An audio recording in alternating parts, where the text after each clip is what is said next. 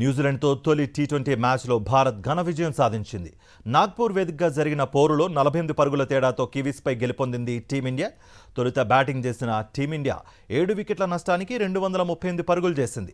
అభిషేక్ శర్మ 84 పరుగులు, రింకు సింగ్ 44 రన్స్తో మెరుపులు మెరిపించారు.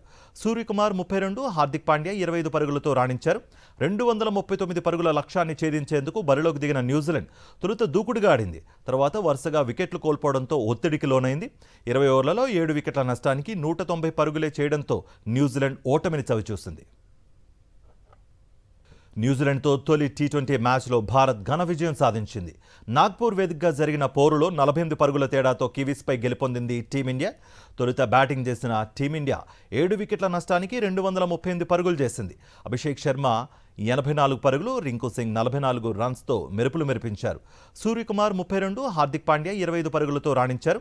239 పరుగుల లక్ష్యాన్ని ఛేదించేందుకు బరిలోకి దిగిన న్యూజిలాండ్ తొలుత దూకుడుగా ఆడింది. తర్వాత వరుసగా వికెట్లు కోల్పోవడంతో ఒత్తిడికి లోనైంది.